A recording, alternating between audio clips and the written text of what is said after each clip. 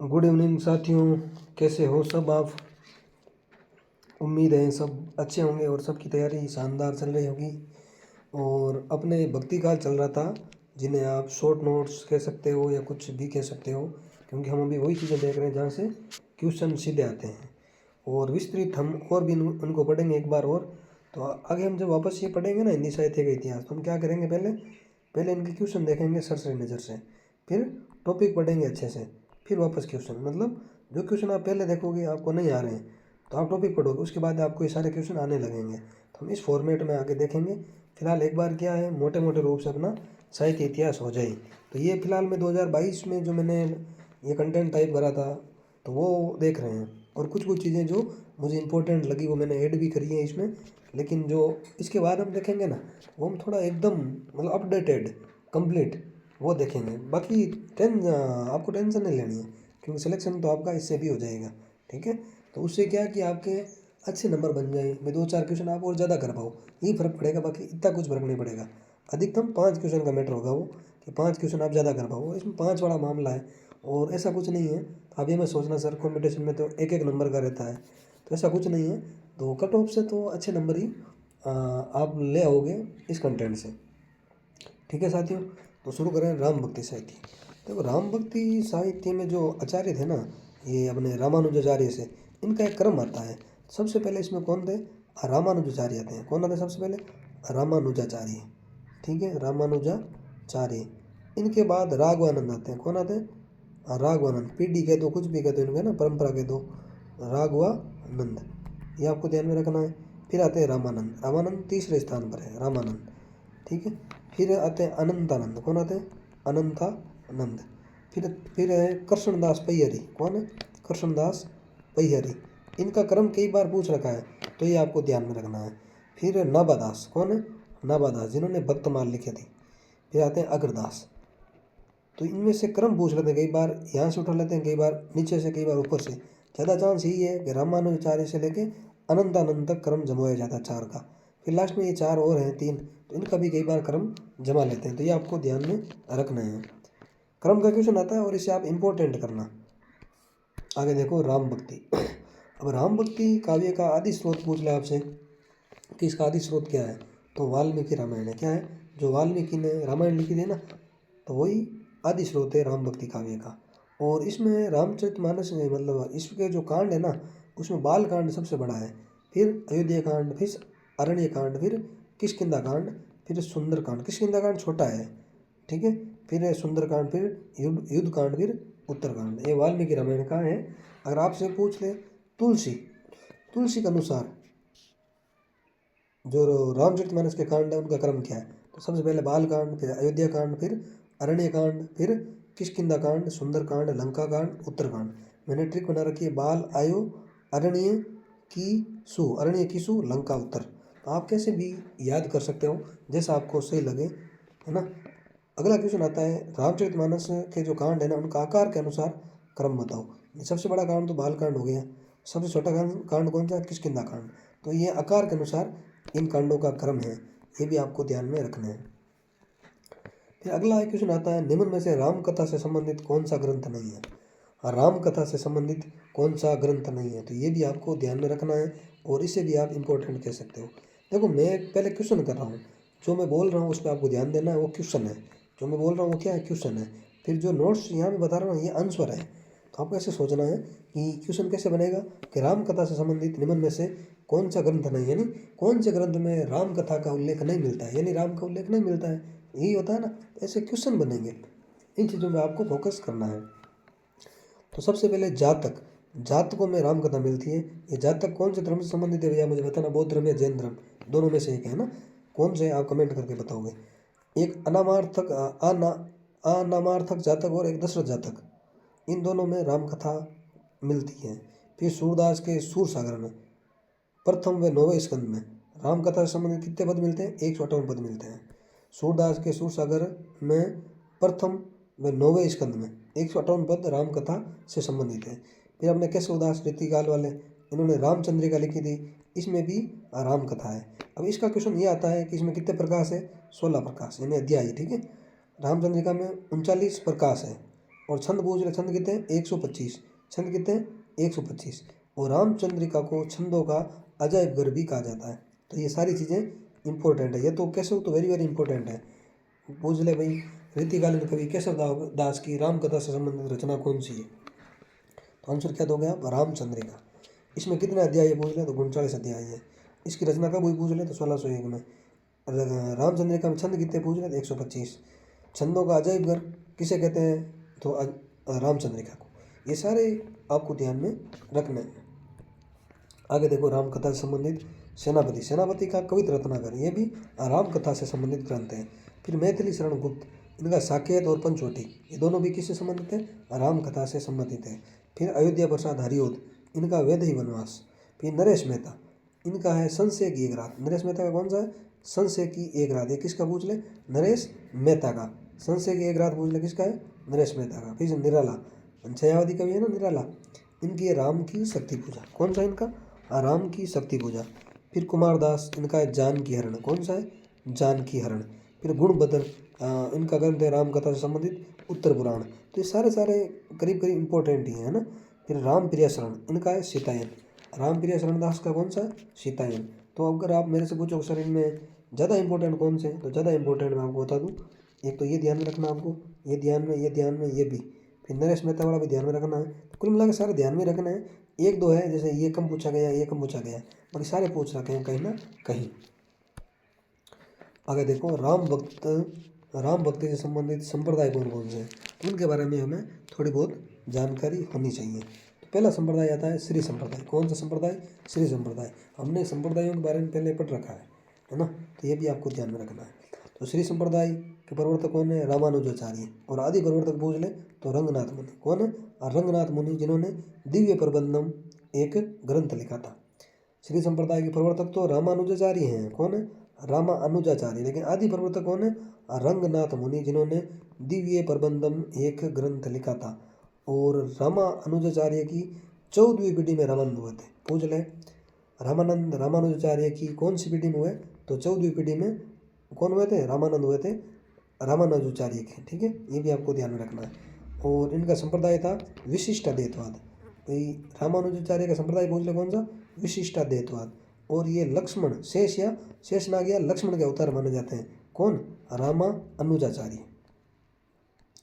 फिर शुक्ल ने कहा था उत्तर भारत में राम भक्ति की विधिवत शुरुआत किसने की, रामानंद ने। क्यों सुना जाए कि उत्तर भारत में राम भक्ति की विधिवत शुरुआत रामानंद ने की, ये किसका मानना है, आचार्य रामचंद्र शुक्ल का यह मानना है। तो ये भी आपको ध्यान में रखना है। फिर ब्रह्म संप्रदाय, इसकी स्थापना करी थी आनंद तीर्थ ने। किसने, आनंद तीर्थ ने। फिर रामावत संप्रदाय, इसकी स्थापना रामानंद ने। तो ये कुछ संप्रदाय ये कुछ है, ये भी आपको ध्यान में रखना है। और पीछे हमने कुछ और संप्रदाय पढ़े थे, वो भी वो है ना सिद्धांत उनके वो ज़्यादा पूछे जाते हैं, तो इनके प्रवर्तक पूछे जाते हैं। तो ये आपको ध्यान में रखना है। अब हम आलवार से शुरू करते हैं। आलवार, आलवार का अर्थ होता है मग्न होना। ये भी क्वेश्चन अभी पीजीटी में पूछ रखा है कि आलवार का अर्थ क्या है। तो आलवार का अर्थ क्या होता है, मग्न होना। पीजीटी में हिंदी का पेपर था, ठीक है ना, उसमें था। यही नहीं सोचना कि आपने मैथ में पूछा यूँ क्यों बता दिया। तो मैथ का क्वेश्चन, मैथ में ऐसे क्वेश्चन आते नहीं है। तो आलवार का अर्थ क्या है, मग्न होना। फिर एक आंडाल, ये कृष्ण भक्त थी। ये भी आलवार थी लेकिन ये कृष्ण भक्त थी। और ये आलवार राम भक्त है ना, क्या थे, राम भक्त। देखो अपवाद भी मिलते हैं ना सब जगह, वो वाली चीज़ है। फिर कुलशेखर, ये भी आलवार संत है। इन्होंने पेरुमाल तिरुमोरी, कुलशेखर ने कौन सी रचना लिखी, पेरुमाल तिरुमोरी। फिर नकमालावार या षटकोप, इन्होंने लिखी थी तिरुवाई मोली। राम की पादुका के अवतार माने जाते हैं ये। किसकी, राम की पादुका। पादुका किसे कहते हैं भाई बताओ, जूतियाँ है ना, उन्हें कहते हैं। तो उनके अवतार माने जाते हैं ये। ठीक है, इनकी तिरुवाई मोली है, इनकी कुलशेखर की पेरुमाल तिरुमोरी है। तो कन्फ्यूज नहीं होना है। फिर एक परवर सेन, इन्होंने रावण वध की रचना करी। कब करी बताना, मुझे सन अभी याद नहीं आ रही है। इसके सर्ग ध्यान रखना, 15 सर्ग है। रावण वध में कितने सर्ग है, 15 सर्ग हैं। फिर धनंजय माधव भट्ट ने राघव पांडुयम की रचना करी। और ये है ना, ये आलवार में यहीं तक है, बाकी सारे आलवार में नहीं है ना। तो आपको आलवार के 2-4 क्वेश्चन आ रहे हैं, ये ध्यान में रखना। बाकी इनके लेखक का ध्यान रखना है। परवर सेन का रावण वध, धनंजय माधव भट्ट का राघव पांडुयम, मधुसूदन सरस्वती का भगवत भक्ति रसायन। मधुसूदन सरस्वती का कौन सा है? भगवत भक्ति रसायन। ये भी आपको ध्यान में रखना है। फिर लालदास का अवध विलास। लालदास का कौन सा है? अवध विलास। फिर हृदय राम का हनुमान नाटक। हृदय राम का कौन सा है? हनुमान नाटक। ठीक है। फिर प्राणचंद चौहान का रामायण महानाटक। ये नाटक नहीं है, आप ऐसे में सोचना पीछे नाटक लिख रखा है, तो ये नाटक नहीं है। फिर करो कपूर चंद खत्री, इन्होंने गुरुमुखी लिपि व ब्रज भाषा में रामायण लिखी है। पूछ लें, गुरुमुखी लिपि व ब्रज भाषा में रामायण लिखने वाले कौन है? तो अपने कपूर चंद खत्री। मैं भी खत्री हूँ ना, तो ये भी खत्री है। चलो कोई नहीं। संगदास गणवाच्य, इन्होंने वसुदेव हिंदी नामक एक रचना लिखी। फिर सीतायन, ये रामप्रिय शरण की रचना है जो 1503 में इन्होंने लिखी थी। आगे देखो, पृथ्वीराज रासो हिंदी की पहली रचना जिसमें राम कथा से संबंधित 48 पद मिलते हैं। अब पूछ ले, हिंदी की पहली रचना जिसमें राम कथा से संबंधित पद मिले हैं तो वो क्या होगा? पृथ्वीराज रासो। इसके लेखक कौन है भी? चंद बरदई। कौन है? चंद बरदई। अब पूछ ले, पृथ्वीराज रासो बोरो किसने किया था? जलहण ने। पुस्तक जलहण हाथ दे चली, ऐसी पंक्ति आती है ना, तो ये जलहण चंद बरदई के पुत्र थे। आगे देखो, राम भक्ति परंपरा में घोर संगारिकता का समावेश, पति पत्नी उपासना की परंपरा प्रचलित करने वाले कौन है? रामचरण दास है। कौन है? रामचरण दास। ये भी आपको ध्यान में रखना है कि राम भक्ति में घोर संगारिकता का समावेश किसने किया? रामदास चारण ने। ठीक है। फिर पति पत्नी उपासना, ये भी रामदास चारण है। ठीक है। शुक्ल का राम भक्ति शाखा की ये सबसे बड़ी विशेषता है कि इसमें सभी प्रकार की रचना हुई है। ये कोटेशन किसका पूछ ले? तो आचार्य रामचंद्र शुक्ल का। ये कई बार पूछ रखा है, ये भी आपको ध्यान में रखना है। फिर एक चीज ध्यान रखना, आलवारों में जो षटकोप हमने नाम पढ़ा था यहाँ पे, कौन सा? यह षटकोप, ये है ना, आलवारों में पहले राम भक्त कवि है। पूछ ले, आलवारों में पहले या फर्स्ट राम भक्त कवि कौन है? तो इसका उत्तर क्या होगा? षटकोप। आलवारों में पहले राम भक्त कवि कौन है? पूछ ले, तो उत्तर क्या होगा? षटकोप। ये भी आपको ध्यान में रखना है। आगे देखते हैं हम अब कुछ चीज़ें और। अब राम भक्त कवि तो रामानंद को आपको अच्छे से देखना है। तो इनका जन्म हुआ था 1400 में और मृत्यु 1470 में। इन्होंने विरक्त या वैरागी दल का गठन किया था। विरक्त या वैरागी दल का गठन पूछ ले किसने किया है? तो रामानंद ने। ठीक है। ये आपको ध्यान में रखना है। ये क्रम वाला क्वेश्चन आता है, ये थोड़ा आपको ध्यान में रखना है, किसका क्रम कौन सा है। ठीक है। आप एक ही ध्यान रख लेना, विष्णुदास है ना, फिर अग्रदास, ईश्वरदास, तुलसीदास, नाभादास। तो ये अलग अलग एग्जाम में पूछ रखा है, तो मैं इन्हें बोलूँगा नहीं, आप इन्हें का स्क्रीनशॉट ले लें, कई बार पूछ रखे हैं। ठीक है।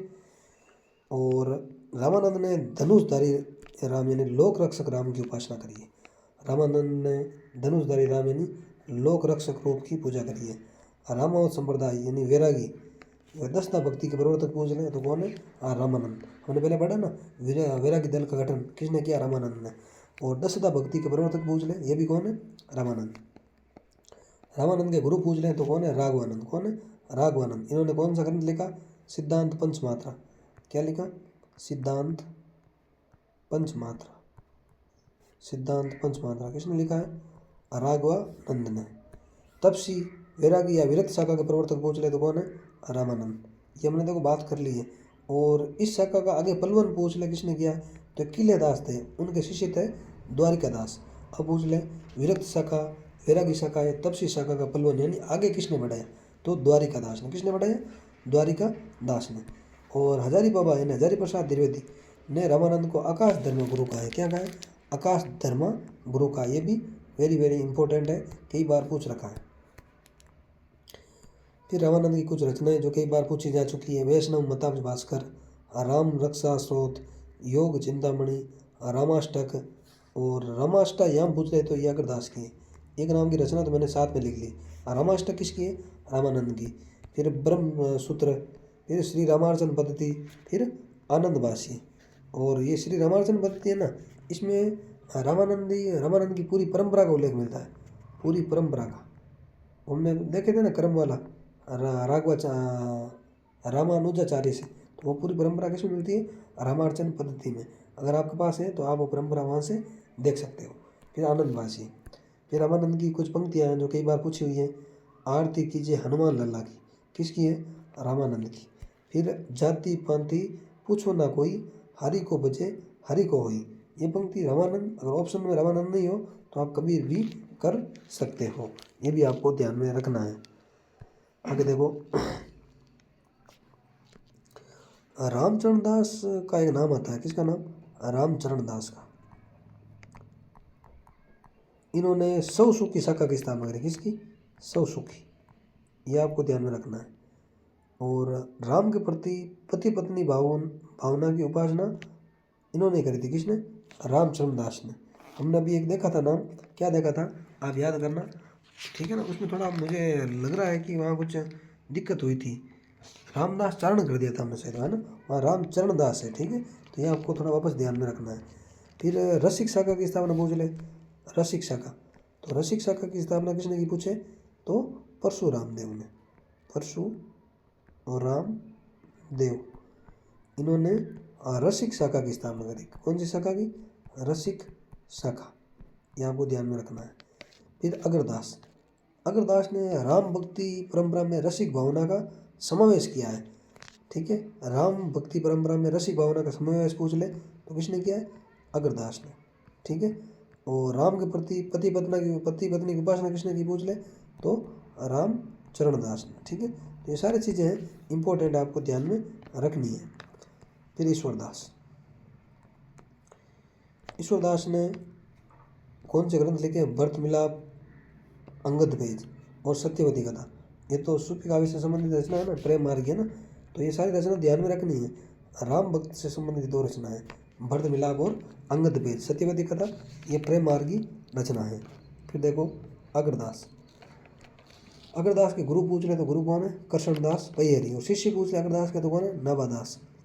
गुरु तो कृष्णदास पैहरी है, शिष्य नाभादास है, बीच में आ गए ना अग्रदास। और जिन्होंने भक्तमाल और अष्टयाम की रचना करी थी, ये कई बार क्वेश्चन आ रखा है। और गलता, गलता कहाँ है? जयपुर में। अग्रदास ने गलता जयपुर में रामावत संप्रदाय की स्थापना करी। कौन से संप्रदाय की?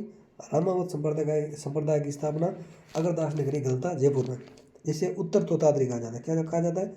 उत्तर तोताद्री, ठीक है? ये भी आपको ध्यान में रखना है। राम भक्ति परंपरा में रसिक भावना का समावेश पूछ ले किसने किया है? तो किसने किया है? अग्रदास ने। हमने अभी थोड़ी देर पहले पढ़ा ही है। और रसिक शाखा के प्रवर्तक पूछ ले तो कौन है? परशुराम देव। तो एक छोटी मोटी चीज़ें हैं, मैंने अभी आपको लिख के बताई थी, फिर भी आपको ये याद करना है। आगे देखो, रसिक संप्रदाय में अग्रदास को क्या कहा जाता है? अग्रअली। क्या कहा जाता है? अग्रअली।